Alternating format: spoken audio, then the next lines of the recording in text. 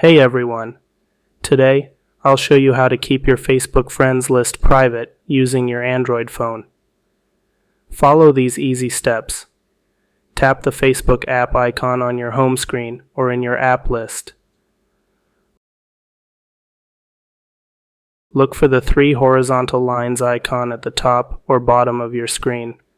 This is the menu button. Tap it. Scroll down and tap on Settings and Privacy.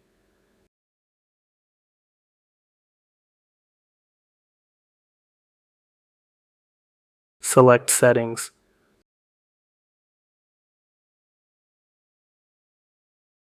Scroll until you see the Audience and Visibility section.